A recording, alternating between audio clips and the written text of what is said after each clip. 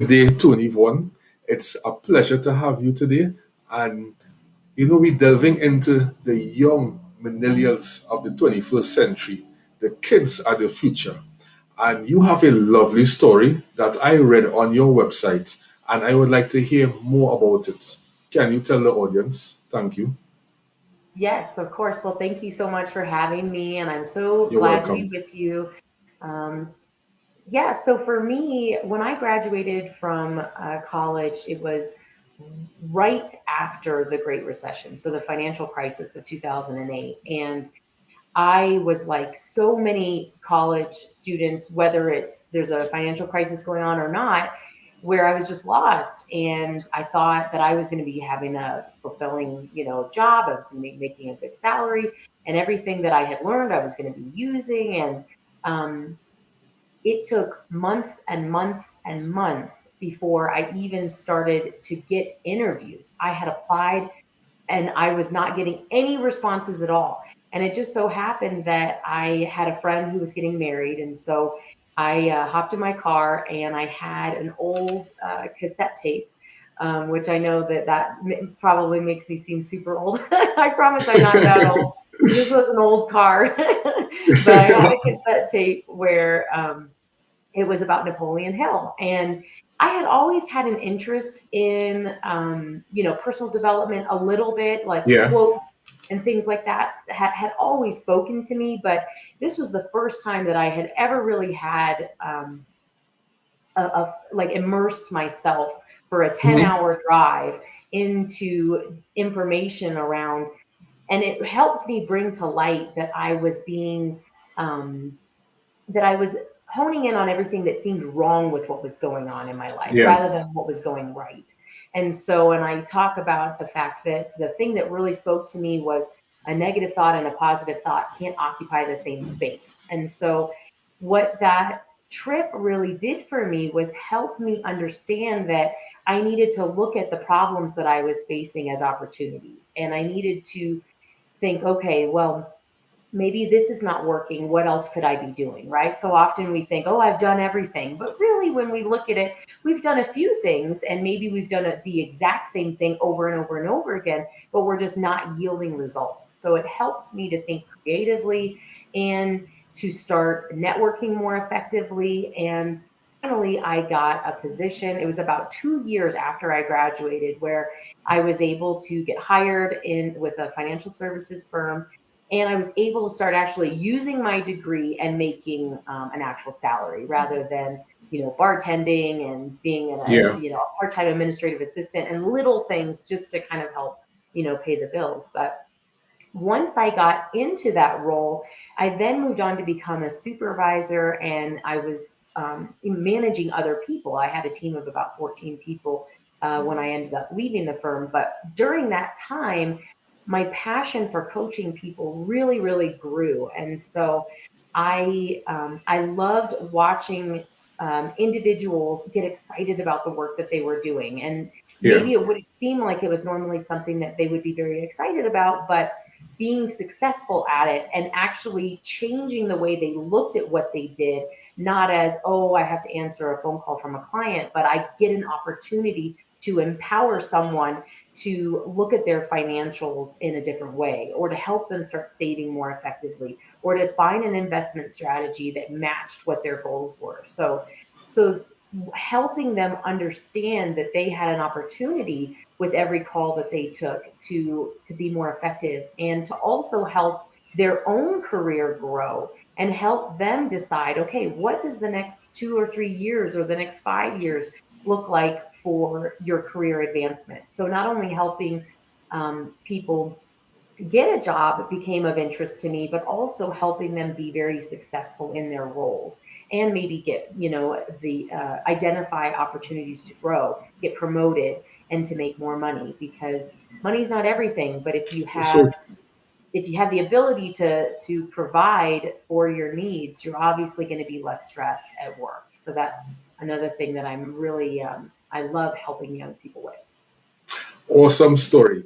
And you said that money is not everything.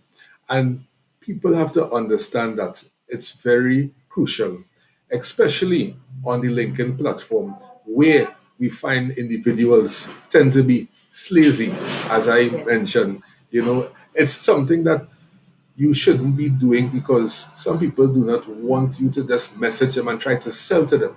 It's all about building that genuine relationship, getting to know someone, connecting. Because, look, for example, you and I, Tony, we connected a couple months, and after going, as time go by, we connect, we get to know each other, build a relationship, and then now we can do a LinkedIn live. So it's just to show that networking is so imperative in today's society. And for those freshers who now come out of university, who attain their degree and they are finding a difficult time of obtaining a job, what advice would you give to those young millennial minds?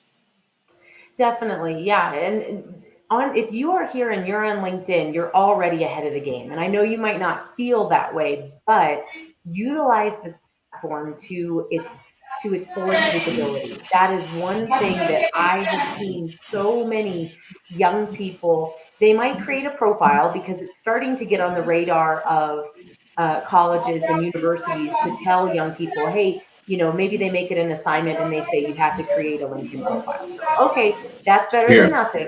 But really start to grow your connections and start with the people you know. Start with the people who you already have in your classes, or start with your professors, or start with your neighbors, start with your friends' parents. And then just start to follow individuals and companies that you might have an interest in. Start to Mm-hmm. engage with them. And to tell you the truth, it can actually, in some ways, make things easier, right? We're talking about mindset and how you Yeah. can switch something from being what we would think would be an obstacle to an opportunity, right? Well, like some people say, well, it's a lot harder to network now because we can't go to live events, or we can't go, because so many of these things have been shut down because of Mm-hmm. everything going on in the world today. We use that as an opportunity to reach out more on LinkedIn. And I have found, for anyone that I reach out to, even if it would seem like it's a cold connection, you can really warm that up with a personal message, and you can reach out to someone. And just like you mentioned, you're not saying, hey, I need a job, can you help me? Yeah. Look at their profile, find something of interest to them, something that you maybe have in common, and speak to that. You may not have 1,000 characters, you only get a few hundred, but take that small space where you can send a personal message and tell them, hey, I really love that your company does this, and I also have an interest in that, or something along those lines, where you can start to build a connection. And like you said, you know, the best way to approach any type of a connection on LinkedIn is to look at it as a relationship, as a Yeah. potential partnership. It's not what can you do for me, or hey, buy my stuff. It's what can I do to help you, or what can I do to serve, your goals. How can I support you? How can we leverage both of our experiences, or our knowledge, to work together on something. So if you can Mm-hmm. try to find a way to approach connecting with someone, not just from the aspect of, oh, I need a job, or, oh, I would love to work with your company, hire me. It is going to take a little bit more, but if you can get your foot in the door with a personal message, I do think that's really helpful too. And Yes. be so bold, I would say, as creating your own content. I think we all, most of us know that there are a lot of users of LinkedIn, but not a lot of creators. So even if it's Mm-hmm. finding something that you identify with, or something that speaks to you, like even if it's a quote or an article that you read, and you are sharing it out broadly, and you're helping out maybe other peers of yours, that can be very attracting in the right way. You can start to attract people who want to help you, because not only are you thinking, oh gosh, I need a job, but you're helping others who are looking for work, or maybe Yeah. you're supporting them in some way also. So that is another great way. And then of course, optimizing your profile, being very clear and professional on your profile, about who you are, what you're looking for, why Mm-hmm. you would be an answer for a company. What experiences have you already built? What opportunities maybe have you had the opportunity to do? And if you don't have a college degree, that's okay. What have you had a summer job? Have you had other things that, meaningful things that you've participated in? Highlight those things. Those are all ways too that you can really start to engage more effectively on LinkedIn. Yes, because LinkedIn basically is your digital resume. And by you being on LinkedIn, creating content, you become a content creator and you attract people, which is bringing in inbound leads. So by you now setting your targets to get outbound leads is by you being brave, going out there, having your specific target audience where you will reach out to prospects and try to navigate and see if it is you could get sales to come in. So these are the things that we need to understand. And going forward, LinkedIn will be watching all the content creators because right now LinkedIn is not using much advertisements. So by you creating content now on LinkedIn, seeing you are a content creator, you will put yourself for opportunities in the future. So I will tell anyone it's not about just being on LinkedIn, having a LinkedIn profile, but it's being active.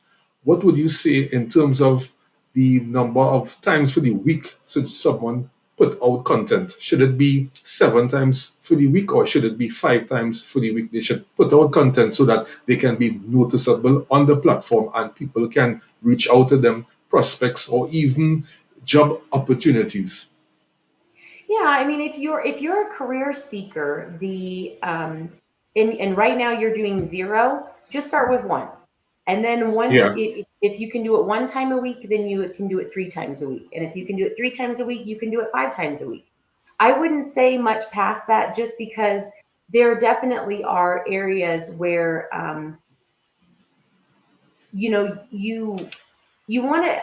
I'm always a fan of quality over quantity. I think that if Mhm. you're just starting to put things out there just for the sake of putting it out there, then we've gone a little bit too far in terms of the number of days, especially if you're going from nothing to starting to post content once, 3 times. I would probably stick somewhere within there, a week, just because you that will keep you relevant, that will Mhm. keep you consistent.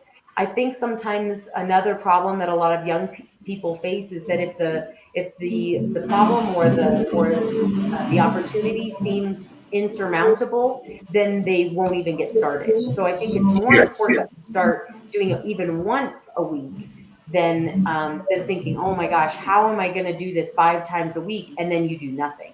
And so it's far more powerful for you to just get started. And like so many of us who are on LinkedIn, when we are really effective is when we are planning ahead. So, maybe you start to, pull out a calendar and something comes up and you think, oh my gosh, this is so wonderful. I want to share this out.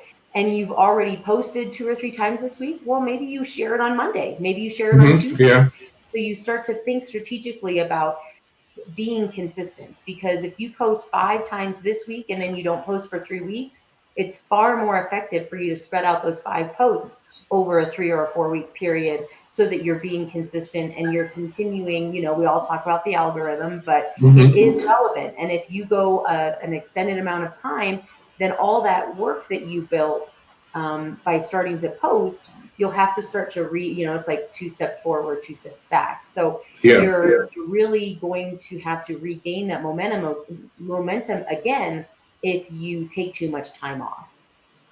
Okay, awesome. Some awesome tips you mentioned there. And in terms of, job seekers, the young minds, how should they go about trying to navigate this platform? Because some people saying that, LinkedIn is not working for them in terms of they're reaching out and getting opportunities, and others are utilizing the platform greatly. And one question is that some people have the idea that coaches are not something that they should be delving into because you have to build the trust and credibility as a coach in order for clients to reach out to you. And what would you have to elaborate on that per se? Yeah, so I obviously believe in coaching. I have built my business around it, and I have spent tens of thousands of dollars, if not more, on coaches myself, because really an effective coach can really help you get from point A to point B faster, right? That's the whole Hmm. purpose. So now, however, I don't, maybe coaching is not for everyone, or maybe you don't have the financial resources to reach out for a coach. And it's, you have to find what's best for you. And it can also be on certain areas. If we're just talking about coaching in general, like you might spend, a large amount of time researching. And then when it comes to implementing, you still are just not getting the results. Like, even thinking about it, hiring a nutritionist or hiring a health or a fitness coach. If Yeah. you have researched and researched and researched and you are just not seeing results, then a coach could be worth it for you. But Hmm. getting back to LinkedIn and how you can utilize the platform, if you end up wanting to get a coach, make sure that you have found someone who has good testimonials, someone who has gotten results for other people. Other people are willing to put their name out there to say, yes, I have worked with this individual and they helped me, or they helped my daughter or son, or they helped my neighbor, or someone that is willing to say, yes, they have been able to get results for me. And then also make sure that you're working with someone that you feel that you can be compatible with. If Yeah. you have someone who is basically saying, you know well, it doesn't really matter if you like the job, but let's just get you something, like Hmm. let's just get you in, let's just get you in a job, right? And that's success to them, but that's not success to you. So make sure that you're really having a good understanding, watch their content, watch or look at their profile. How do they help people? Are they really taking the time to partner with you and to make sure that they understand what's important to you, and that you're creating a career and you're not just finding a job? And that really should be important to you, because you'll be more satisfied and you'll be more Yes. successful, throughout the coaching process. And then in terms of young people, or people in general who have been on LinkedIn and they feel like it's not working for them, I just would really encourage you to try to look at what you've been doing with a fresh pair of eyes, because like I said at the beginning, so often we feel like we're doing everything and we Hmm. feel like, well, I've been at this for forever. Well, maybe a change in strategy or a change in approach is what's going to help you. If you haven't been posting any content, start posting content. If you've been doing connection requests but you haven't been sending a personal message, then try doing a personal message.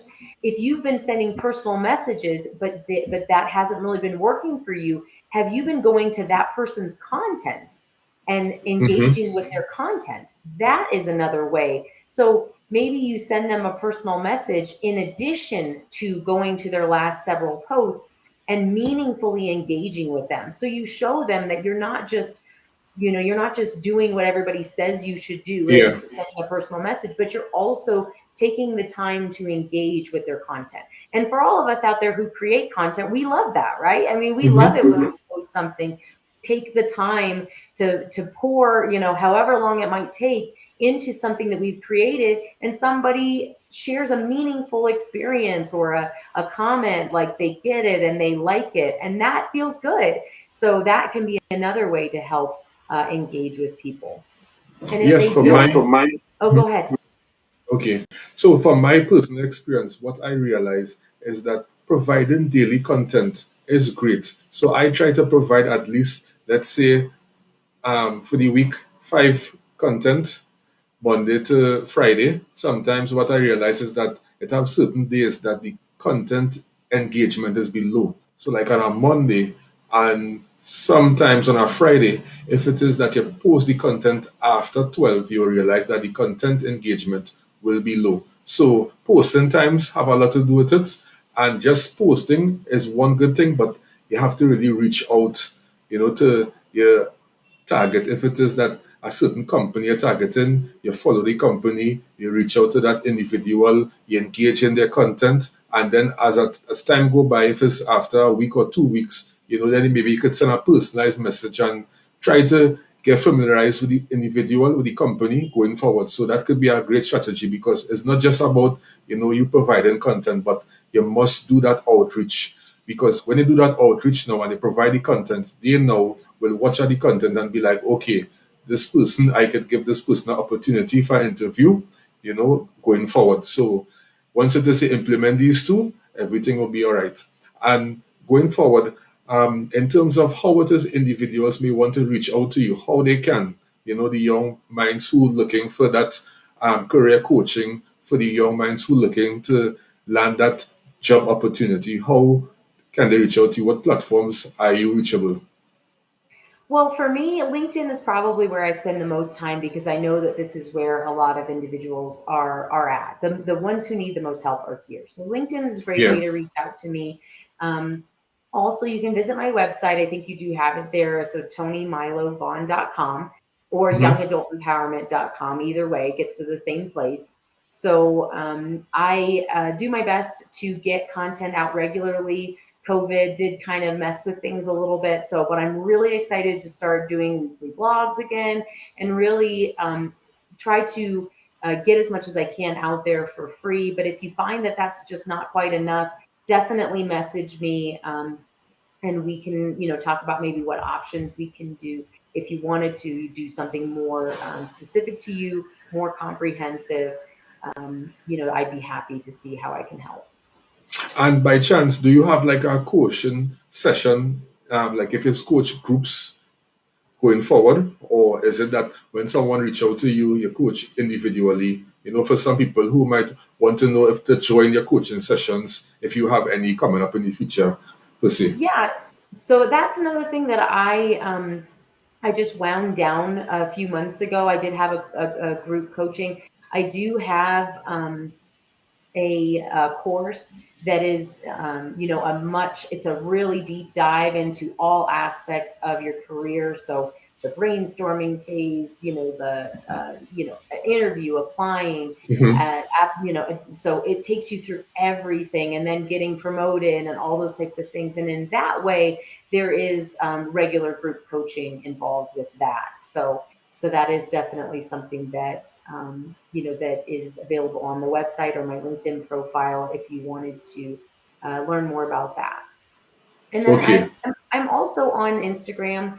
I don't spend as much time on some of the other platforms right now. Hmm. Um, I really have been focusing more on LinkedIn and then of course Instagram. Yes, because LinkedIn is the number one platform in terms of the high organic reach B2B. It have no other platform that have that great engagement such as LinkedIn. And going forward in terms of like business leaders, right? We have the leaders and we have the managers. Could you differentiate the two? Because some people have the misinterpretation what is a leader and what is a manager. Because some people feel that a manager is a leader, but a leader can be a subordinate because sometimes the manager don't have the traits of the leader and there's someone in the team who have to take up that leadership role.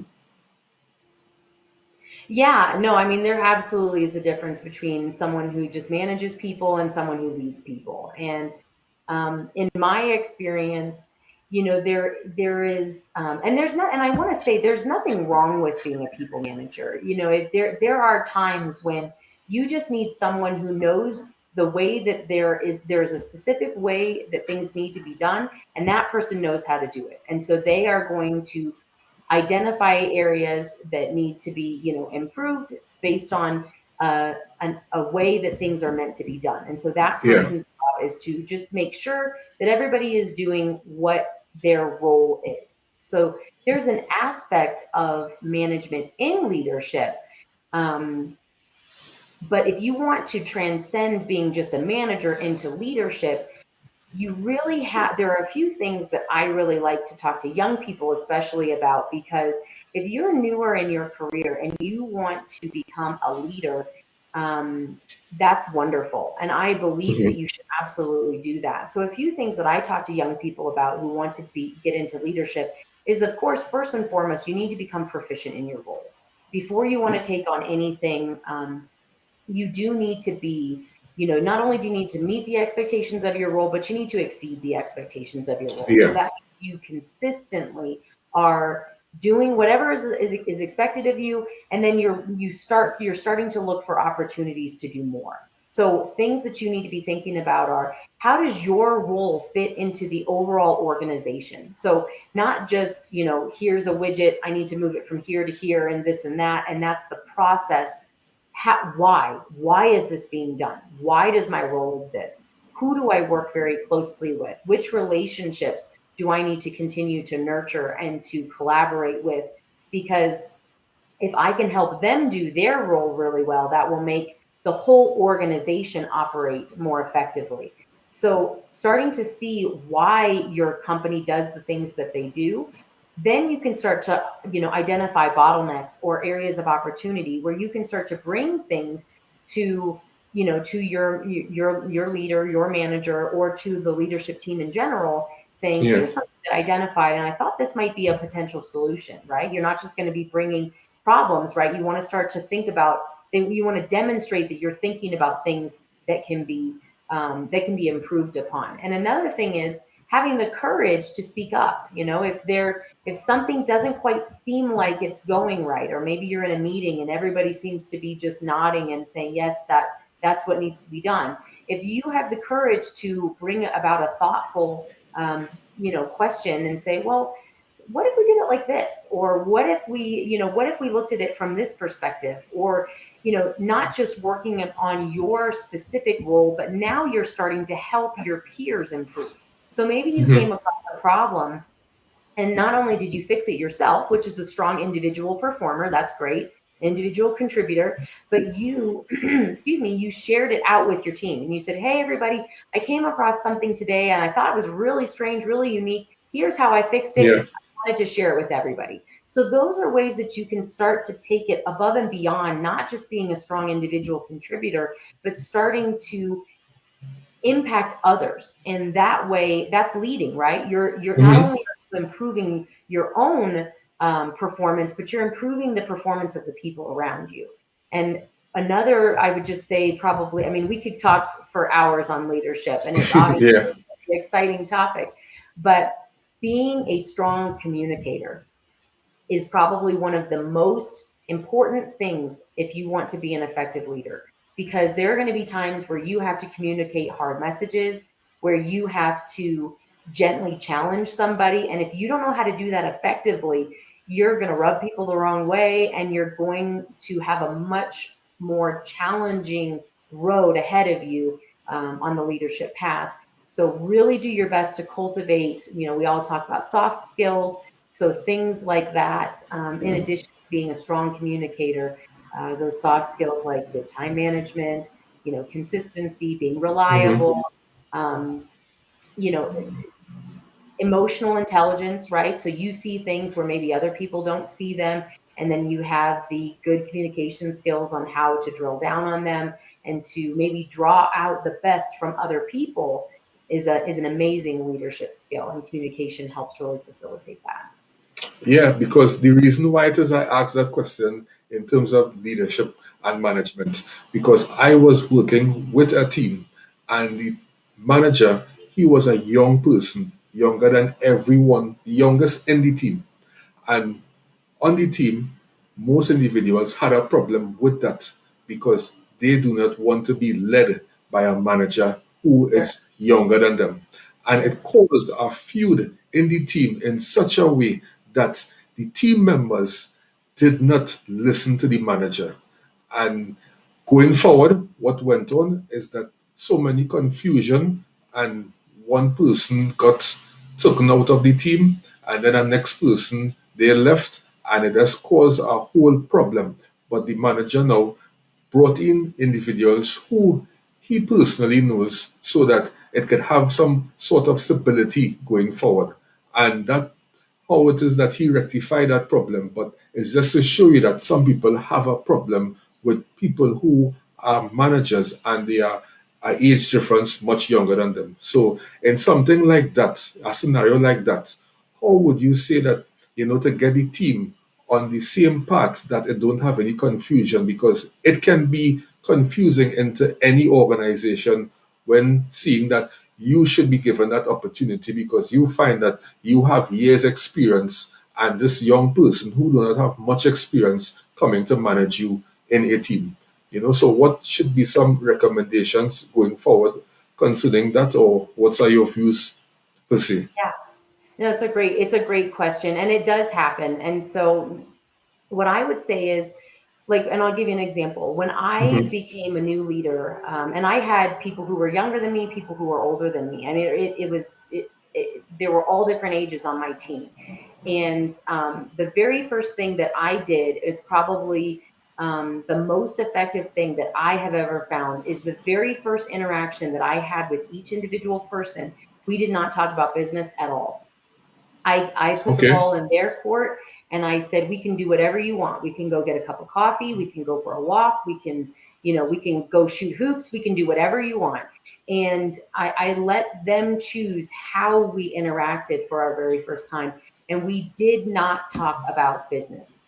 So some people might think that's counterproductive, right? A lot of times we don't get, the opportunity to have a lot of one-on-one time with our immediate, managers. But uh, that I felt was the most important thing that I did, because it enabled me to build a relationship with them. Yeah. And that relationship building enabled me to start to interact with them, where I was able to build, you know, that building that relationship enabled me to have sometimes tougher conversations, and Hmm. it gave me the ability to have performance reviews. I mean, that doesn't feel very good, right? Yeah. Performance reviews in general don't feel great, but especially if it's somebody that you feel like is younger and more inexperienced than you, it's much more challenging for you to, accept feedback from someone that you don't Hmm. have a relationship with, age or otherwise. But so building the relationship to me was one of the most effective things I did.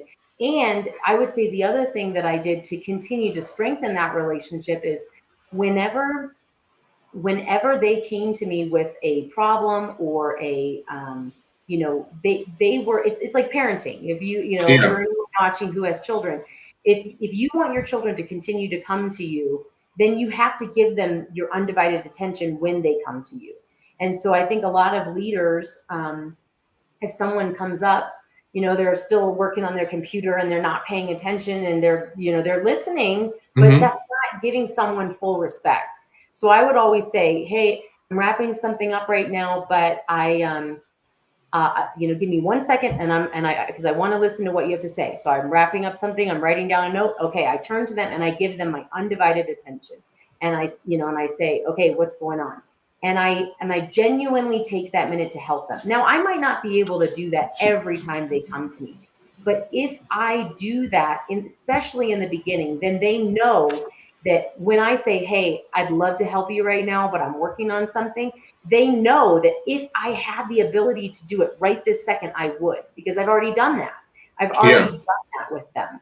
So that's another way to just continue to strengthen the relationship, is giving someone your undivided attention. And if you tell them that you can't help them right this second, you write yourself a note immediately, and you do not let more than 24 hours go without circling back with them. Like if it's, 4:45 and they leave, and then get back with them the next day. Do not Hmm. let too much time go by, because everybody will forget. They'll think, oh well, she totally is not paying attention to me.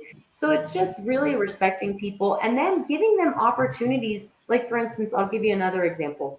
Yeah. I became a leader of uh, of an area, of a department where I really had very little experience. And so I was not an industry expert in that particular department. So I Hmm. used it as an opportunity to leverage the expertise of the people who had been in there. So my job was to effectively, manage and get the best performance out of the team. my job was not necessarily to be the expert in what each job was. My job was to help draw out the best in each of them. And part of that was saying, it was being vulnerable and not acting like I knew everything, and saying, okay, I know that, so and so has a tremendous amount of experience in a situation like this. What would you do? And giving them Mm-hmm. the opportunity to be the expert and to share their expertise, because those opportunities help build credibility for you, which once again, you would think that would be counterproductive, right? Managers Yeah. and are supposed to have all the answers. Well, I disagree. I think that, you know, knowing when to bring in the right people is more important than having all the answers.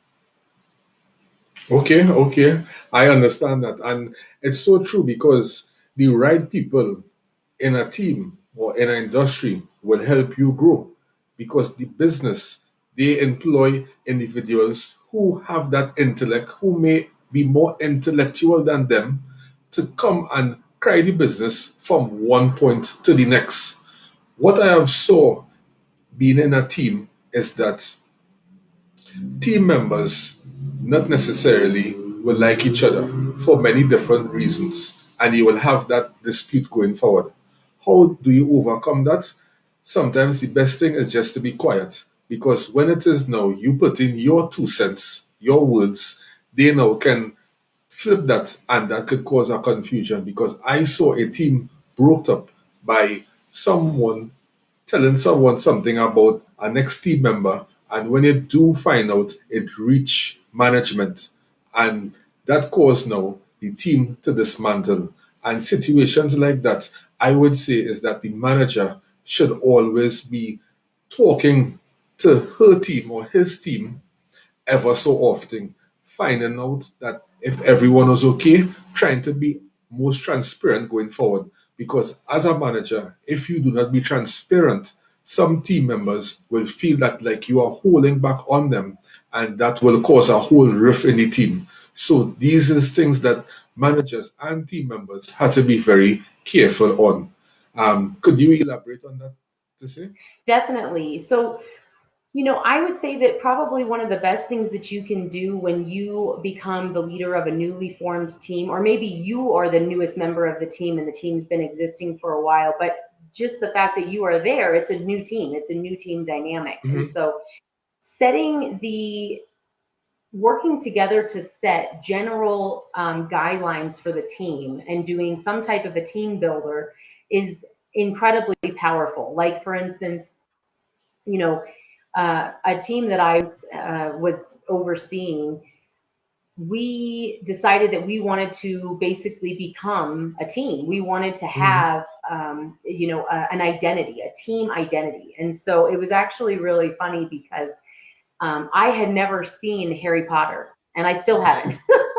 And for whatever reason, that was what, as the team was coming together and talking, maybe it was because at the time that it was a newer movie, but for the most part, almost everybody kind of got on board, and it was so interesting to see people who had only been, oh, we're all about business, but to bring in a little bit of a personal aspect. And I supported the team. I was like, guys, I've never Hmm. seen Harry Potter, so you're going to have to help me. You're going to have to help me with who are these characters, and they gave me a character name, and it was funny because I think I'm going to mess it up even now if anybody is watching and knows Harry Potter, but I was a wizard, I think, and but I had only seen another movie that actor had been in, so I said, "Oh, am I Gandalf the Grey?" And they said, Hmm. "That's not Harry Potter." But it just was the fact that we could get all in the same room and laugh about things and be, and be human beings first, Hmm. and then that set the tone for us to be able to set general guidelines for, you know how we should conduct ourselves as a team. If there's something that goes wrong, how should it be addressed? And we talked all about those kinds of things, where if there are things that come up, new processes, I would be transparent. I will share whatever I can. And if I can't, then I will say, hey, I can't share anything right now, but as soon as I can, I absolutely will. And so Yeah. there was the trust that was built there because we had the opportunity to create those guidelines as a team in a very fun environment. So we made it into a party. We had Hmm. food, and we created these characters, and we created the guidelines for the team, and then we would revisit those guidelines. And what you'll find is that the team will really start to lead itself, right? I think it's Lao Hmm. Tzu who says, you will come in and you will teach them things, but at the end they will say we did it ourselves. It's like Yeah. you're invisible. You are impacting things, but you're empowering people to do it themselves. And so what you'll find in a team environment like that is that people start to take ownership of the team and the way that the team functions. And so if somebody comes in and starts to do something that is really outside of the way that the team functions, they'll kind of police themselves. They'll say, Hmm. hey, I don't really think I don't think that's right. So, let's just move on, or let's do something in a different way. And that was really wonderful to see as a leader, is that when you had the opportunity to see that what you had talked about as a team was not just you always telling everybody else, but it was the team saying, hey, I thought with it we were going to do things this way. And so it was always the team making sure that, holding the feet to the fire, so to speak, and Hmm. keeping everybody accountable.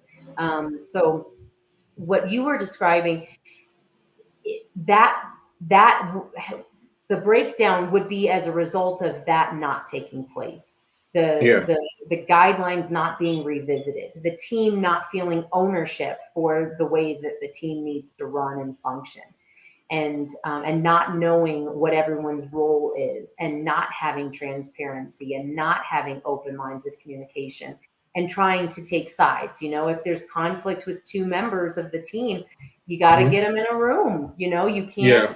you can't be, well, she said this, he said this. It's like the leader really has to just get them in the room and allow them to get out their thoughts, and then hopefully bring them back to, well, here is what we agreed upon how the team should function.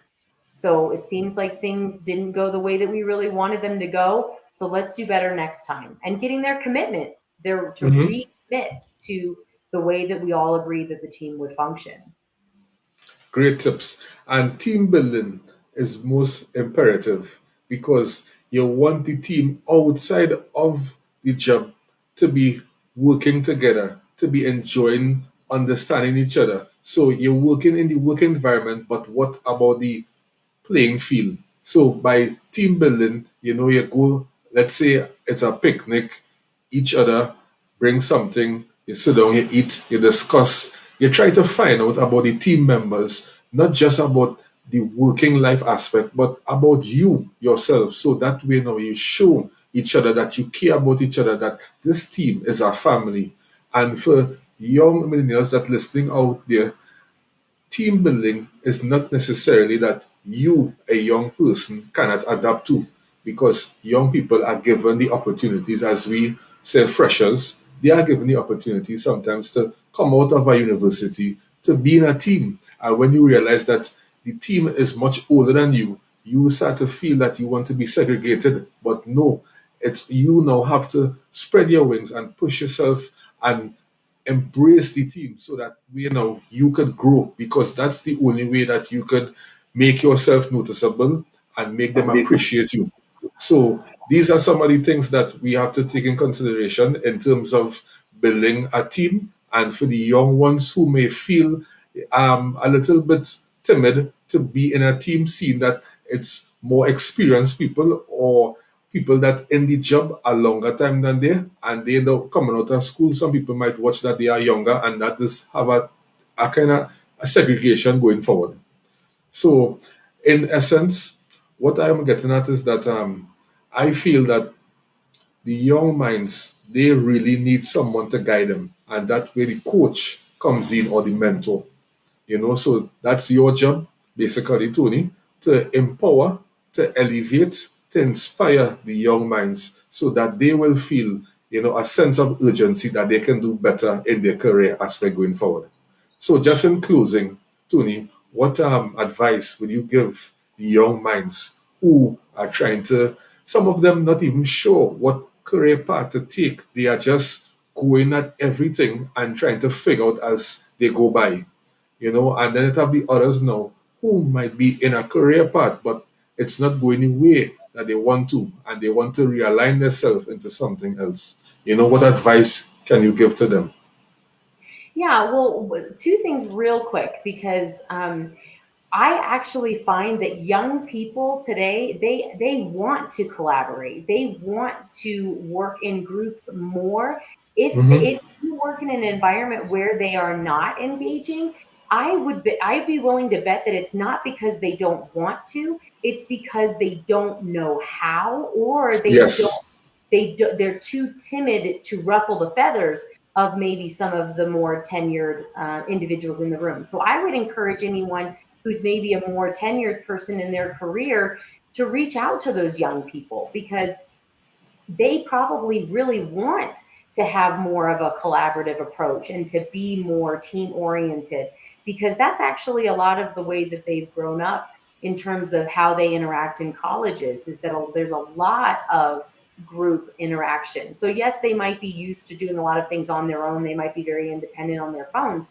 But when it comes to work and when it comes to school, they're actually pretty open to working in collaborative teams. So I would really encourage anyone watching who is a more tenured person or maybe a leader to think of creative ways to engage the younger people and mentor, right? It's like Mm-hmm. you don't have to have a formal mentor. You can have an informal mentor at work too, where you can really help young people come along in their career by just engaging with them. So that's the first thing Mm-hmm. that I would say. But for young people who are watching who maybe just need a little bit of direction and a little bit of guidance, if I would say if you know what you want, go for it. If you know what Yeah. you want, just go for it and keep going. Keep reaching out, keep networking, because as we know, it's like 70 to 80% of jobs are filled via networking. So keep reaching Mm-hmm. out, keep, and not just one time. That's another mistake that I see a lot of young people make, or people in general, right? Is that you reach out one time, they connect, and then you never talk to each other ever again. Yes. So reach out and keep engaging with them periodically, or hey, I saw this article and I thought of you. I thought you might enjoy it. So just keep connecting with the same people, a handful of times. Now, if they come out and they say, all right, that's enough, then, give them some space. But, and Mm-hmm. really, over communicating, as long as you're doing it in a respectful way, is more advisable than under communicating. So that's the first thing that I would say. Now, for someone who maybe doesn't know what they want, they really feel lost and they're confused, I would focus on building skills. Find 2 or 3 skills that really light you up. So maybe you don't know what your overall plan is. Maybe you don't even know what industry you want to go in. But find a Mm-hmm. few skills or things that might interest you. So like leadership is a perfect example. Learn everything you can about leadership. Learn everything you can about soft skills and positively communicating. I think there's another statistic that I was reading that says that mid-level and high and upper level leaders are 80% of them are scared to death that they are not going to be able to fill those types of positions, those entry level manager or even mid-level manager positions, because people don't have the requisite soft skills. So Yeah. you know, if you don't know exactly what you want to be doing, when you have free time, and you'll never find time, you got to make the time, but when you have some spare time, I would say every few days, every week, be building your skills. You can take some LinkedIn courses, Mm-hmm. you can take some other courses, but anything that demonstrates that you are increasing your knowledge, right? Because if you're young, you might not have as much experience as other people, but that doesn't mean that you can't be continuing to educate yourself. So those are 2 things. If you want to go even more specific, maybe there's a specific industry that you do have some interest in. Learn everything you can about that industry or that specific position that you want to go into, and just increase your knowledge in addition to the other things that we know work, right? Networking, having a strong Yeah. resume, writing tailored covered letters, um, becoming a strong interviewer, having strong communication skills, following up, all of those things that help you stand out amongst your peers in the candidate pool. So those are all things that you can be doing if you feel like you're just a little bit stuck, is really start to dive deeper, and your goal should be to become an expert in a few skills, 2 to 3 Hmm. skills, where you, and now if it's leadership, then you can just go all in on leadership. But then of course, like we talked about, becoming a good communicator and things along those lines will be part of becoming a good leader. But improving your skills, and especially networking skills, are going to be the things that are really going to support you. And then of course, have a plan. The plan can change, but at least have a general outline for where you're going, right? If you don't know where you're going, then how are you going to get there? So it doesn't mean that it's written in stone.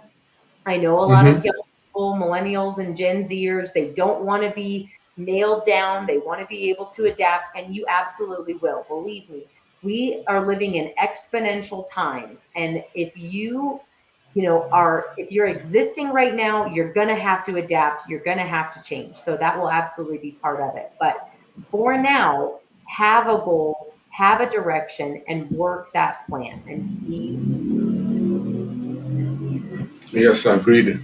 And that was some great tips, I would say, Tony. It was nice having you, taking your time to come and share and developing young minds, letting the audience know that the young minds, they are the future generation, and we need to pay particular attention to them. So anyone who would like to reach out to Tony for services, her email address is there. You could reach out to her at LinkedIn.